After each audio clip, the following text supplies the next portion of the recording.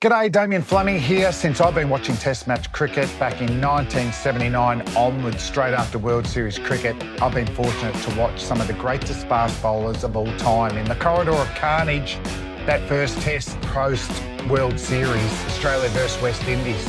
Think about these fast bowlers. Jeff Thompson, Dennis Lillee, Michael Holding, Andy Roberts, Joel Garner, Colin Croft, the batsmen, wow, they were in real trouble. There was a lot of bouncers, Yorkers, outswingers, in-swingers. It was all inspiring to watch.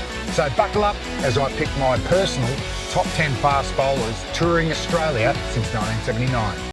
Number 10 is the stain remover, Dale Steyn, the South African fast bowler, 31 wickets at 28. Won 2 series for South Africa, which was massive, and probably had 2 performances that I'm not sure if he got man of the match for them, but a 10 for at the MCG, and he got runs with JP Duminy as well. And then there was a series decider at Perth, and Dale Steyn just ran through the Australian top order. The athletic run-up, the stare, the outswingers. I reckon he had that weird outswinger that seemed to go so late, it actually dipped. So he probably bowled as many unplayable deliveries as anyone, maybe on par with Mitchell Starc, that I've seen of this modern era. So number 10, best touring fast bowler since 1979, the great man, Dale Steyn. Number 9, I'm going a man who, if he hadn't had so many injuries to his back, I think would have been an all-time great. And I'm talking about West Indian pace bowler Ian Bishop, 2 tours, 43 wickets at an average of 23 in the first tour, 20 in the second one. Just scary. Probably had as good a run-up rhythm-wise as any West Indian bowler that I saw. Bowled outswingers, which was a bit unique for a West Indian fast bowler, but a mixed action, which Bish talks about a lot in the commentary team. So he easily one of the most brutal fast bowlers. Took a 6 for at Perth with a series deciding spell. He was brilliant. I'm going for a man whose action I used to mimic a lot as a kid. It's the great Kapil Dev. 51 wickets at an average of 25. Unbelievable. 5 as he got in those tours, including an 8 for at the Adelaide Oval.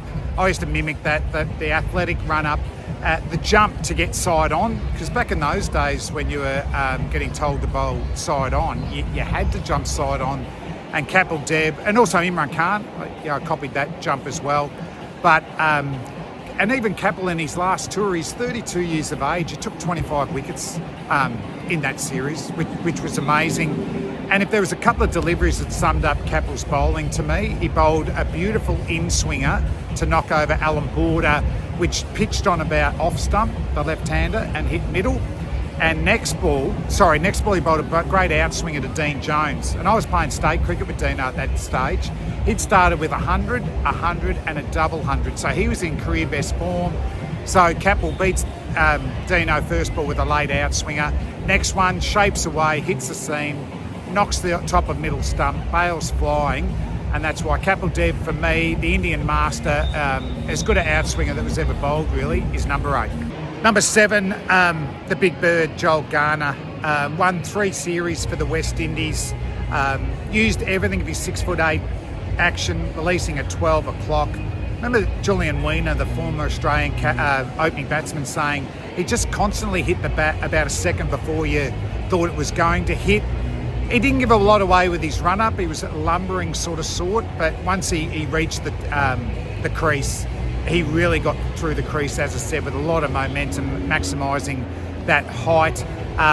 3 series wins. When you think the Australian batsmen had to face, Holding, Roberts, Sylvester Clarke, Curtly Ambrose, Colin Croft, you chuck in the big bird, Joel Garner, in there, it is insane. Got the opportunity to chat to Joel once at a coaching clinic, and he talked about how him and the great Malcolm Marshall used to have a battle for who could take the most wickets in the series. So good luck to the batsmen when those 2 quick bowlers are competing, trying to get more wickets than each other. So one of the greats, number 6 here, the big bird, Joel Garner. Okay, number 6, the bowler I wish I could have been. Left arm smorgasbord, Pakistan, Wasim Akram, swung the new ball, old ball, had an excellent bouncer, great Yorker from over and around the crease. I don't think we've ever seen anything before that, and I don't think we'll see anything like that again. Dominated the first couple of series here in Australia, 3 fifers, 1 10-fer, but a constant threat all the way through. Wasim Akram, just absolutely superb. Facing him, didn't give a lot away either, you know, just that shuffling little run. And then when he hit the crease, it was like a blurt, and the ball was through you. And sometimes swinging, sometimes at your head, or often trying to pin your toes. He bowled me the best ball I ever faced in Test match cricket, around the wicket in Rawalpindi, wide of the crease, Yorker. Thought it was going to hit leg stump, hits off stump. Too good. Bowlology goal from Wasim Akram. Number 5, Malcolm Marshall, 10 tests, 45 wickets, dominated 84, 85. Did play the 88, 89 series. Got 10 for at the SCG, I reckon. But he had trouble bowling to the Australian tail, I believe, in Adelaide. Someone got a couple of hook shots off him. I can't. Yep. Oh. Big move. Swing. Vicious bouncer. Accurate. Absolute gun, Malcolm Marshall. Number 4, greatest touring fast bowlers that we've seen on these shores in the last 45 years since I've been following. It's another West Indian. It's Mikey Holding. 75, 76. I didn't see that series. It was raw. After that, averaged 17 in the ball, 79, 80, 81, 82, where he was probably, with Dennis Lilly, the best fast bowlers in those series. And in 84, 85, he complemented Garner, Marshall and a young Courtney Walsh. Whispering Death, they called him. Beautiful long run-up. Great rhythm, great accuracy, fearsome bouncer, could bowl an outswing as well. So number 4, Mikey Holding. Number 3, touring fast bowlers for coming to Australia, obviously, another West Indian. Number 3, the great Curtly Ambrose, 78 wickets at 20 over 3 tours. Fearsome, intimidated Australian batsman, a great height like Joel Garner. Very rarely bowled a half volley, very rarely got cut or pulled. He demolished Australian top orders. For me, he was the one that the Australians just felt like they just never got a poor delivery. So he kept the pressure up throughout. So number 3, Sir Curtly Ambrose these days. Number 2, I'm going Sir Richard Hadlee. 70 wickets at 16. 80, 81, 85, 86. What was his last tour? 87, 88 was here when he bowled that famous last over, which Mike Whitney blocked out. But Sir Richard Hadlee, the master of swing and seam, 33 wickets in that 85, 86 series. I just loved his run-up when he shortened it. So well grooved, always threatening the outside edge and inside edge of right and left-handed batsmen. An underrated bouncer, you know, bouncing out Andrew Hilditch a couple of times in 85, 86. But number 2, Sir Richard Hadlee, just one of the greatest. And number 1, greatest touring fast bowler to come to Australia, Jasprit Bumrah, averaging 17 with the ball.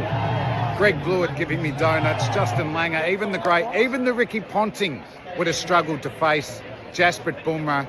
The hyperextension, the wrist flexion, the ability to bowl outswingers and in-swingers against left-hand and right-hand batsmen. He would have even troubled the great Greg Blewett, just quietly. The bouncer that surprises, the loopy slower ball.